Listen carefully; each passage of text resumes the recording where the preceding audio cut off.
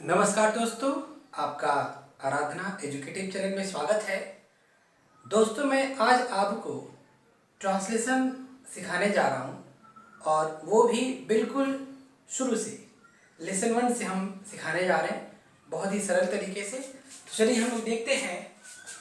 इसमें ट्रांसलेशन लिखा हुआ है लेसन 1, मतलब हिंदी से अंग्रेजी ट्रांसलेशन हम आपको सिखाएंगे आज। इसमें पहला लिखा हुआ है दिस और दैट का प्रयोग। दिस और दैट का प्रयोग। इसमें पहले जान लेते हैं कि दिस और दैट का मतलब क्या होता है।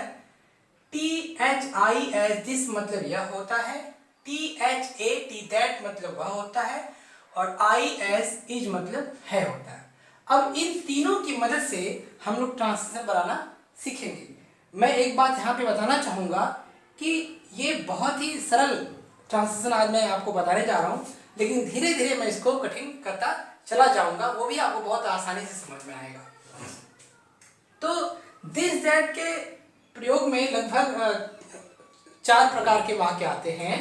तो पहला लिखा हुआ है ए टाइप, मतलब ए टाइप का वाक्य पहले हम लोग पढ़ेंगे, फिर बी टाइप के वाक्य का अंग्रेजी बनाना सीखेंगे। ठीक, तो पहले ए टाइप के हिंदी वाक्य का अंग्रेजी बनाना सीखेंगे, इसके बाद बी टाइप में हिंदी वाक्य का अंग्रेजी बनाना सीखेंगे। तो ए टाइप में लिखा हुआ है यह एक कलम है। तो इसको बनाने का तरीका है, पहले हम यहाँ एरो लगा दे रहे हैं, मतलब पहले इसका अंग्रेजी लिखेंगे, फिर ये एरो यहाँ आ जाएगा, मतलब फिर इसका अंग्रेजी लिखेंगे, फिर एरो यहाँ से वापस होगा। तो जब वापस होगा तो ऐसे आएगा, मतलब एक कलम ये लिखेंगे। मतलब सबसे पहले यह का अंग्रेजी लिखेंगे।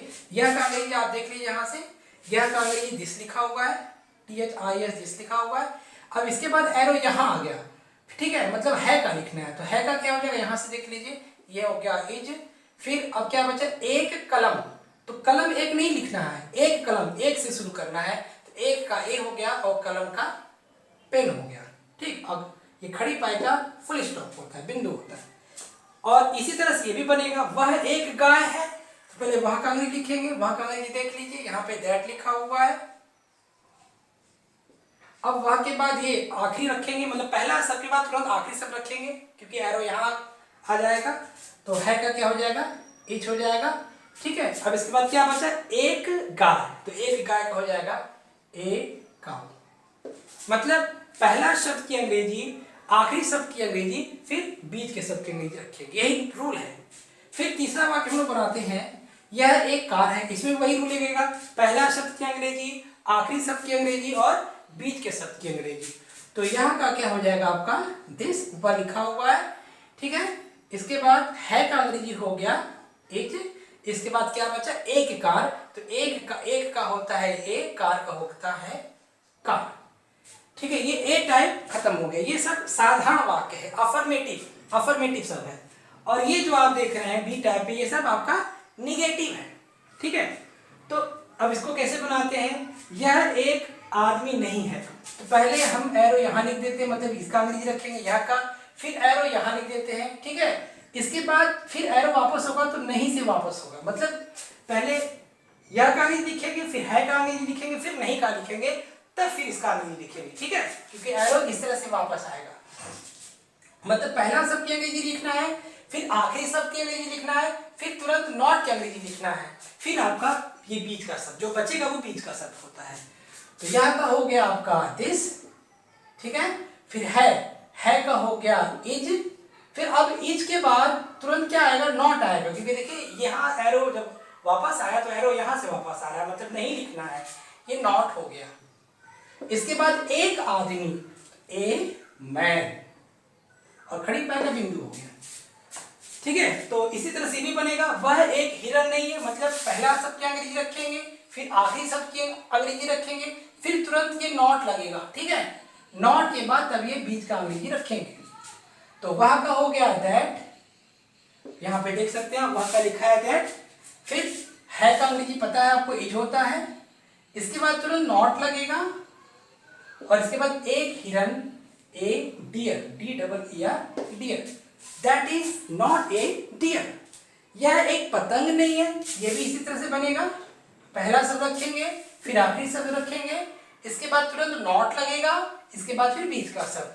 तो यह का हो गया दिस, ठीक है, और है का हो गया इज, फिर है के बाद तुरंत नॉट लगेगा, ये हो गया आपका नॉट। इसके बाद आएगा एक पतंग, ए kite, A kite, this is not A kite.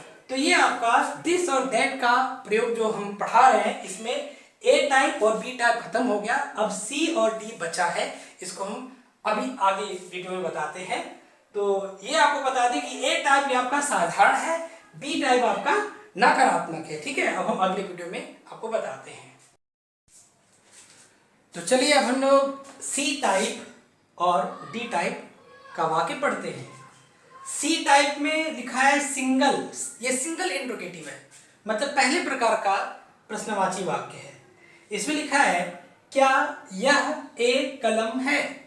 तो अगर जब वाक्य में क्या लग जाता है तो क्या करते हैं, उल्टा बनाते हैं, यहां से शुरू करते हैं। ये एरो पहले यहाँ आएगा, इसके बाद फिर एरो ये यहाँ आएगा, फिर एरो बैक होगा, फिर ये रखेंगे, ऐसे रखेंगे, ठीक है। मतलब पहले हम है का अंग्रेजी रखेंगे, फिर यह का अंग्रेजी रखेंगे, फिर बीच का शब्द एक कलम।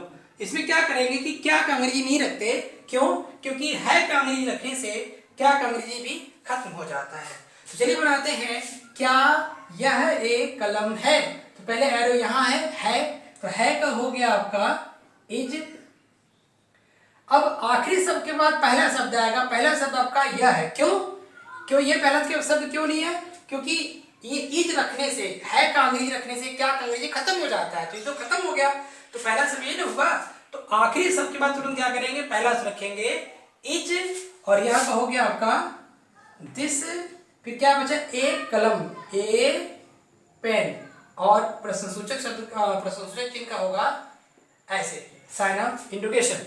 तो इज दिस ए पेन। तो जब कभी भी क्या लग जाता है, ठीक है, तो हम यहाँ उल्टा बनाते हैं, पहले है का लिखते हैं, फिर या का लिखते हैं, फिर एक कलम। फिर इसी तरह से ये क्या वह एक कार है, तो क्या होगा, यहाँ पे आखिरी शब्द होगा ये, फिर पहला शब्द होगा, फिर ये बीच का शब्द होगा एक कार। तो देखते हैं, बनाते हैं, क्या वह एक कार है। तो है का माने हो जाएगा आपका इज। अब है के बाद क्या लिखेंगे, वह का लिखेंगे, मतलब इसमें उल्टा चलते हैं। आखिरी शब्द में तुरंत पहला शब्द इज दैट, फिर ए कार। ये ध्यान रहे कि जब कभी भी क्या आ जाता है तो यहां से बनता है, उल्टा बनता है, इज दैट ए कार। क्या यह एक पतंग है, पहले इसमें भी क्या लिखा हुआ है, तो यहां से चलेंगे है से, तो है का क्या हो गया आपका इज हो गया। फिर अब है के तुरंत बाद यह का, मतलब आखिरी शब्द के बाद पहला शब्द लिखना है, तो इज दिस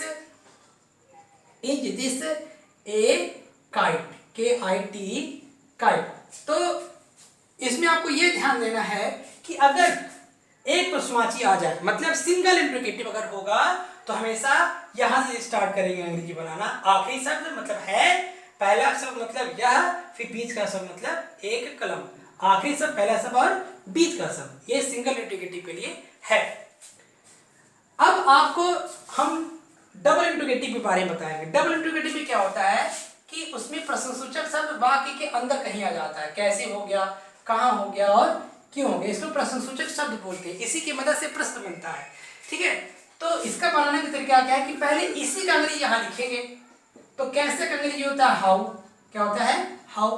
अब कैसे के तुरंत बाद ये आखिरी शब्द लिखते हैं, याद रख लीजिएगा कि प्रश्नसूचक शब्द में तुरंत ये आखिरी शब्द आएगा, तो कैसे का हाउ हो गया, इसके बाद तुरंत इज रखेंगे। अब आखिरी शब्द में आपको पता है कि ये पहला शब्द लिखना है, क्योंकि ये इंपॉर्टेंट है। तो how is this a pen. वह एक कार कहाँ है, तो पहले प्रश्नसूचक शब्द का अंग्रेजी लिखेंगे, कहाँ हो गया आपका वेयर। अब प्रश्नसूचक शब्द में तुरंत आखिरी शब्द आता है, इतना ध्यान रखना, दिमाग में बिठा लेना है। तो है का हो गया आपका इज। अच्छा, अब है के बाद क्या इंपॉर्टेंट है, वह इंपॉर्टेंट है, सब्जेक्ट इंपॉर्टेंट है, मतलब पहला शब्द इंपॉर्टेंट होता है। तो वेयर, इसके बाद आपका हो गया दैट हो गया। यहाँ ही का प्रयोग नहीं करेंगे क्योंकि कोई वस्तु है, वस्तु के लिए दैट होता ही नहीं होता है।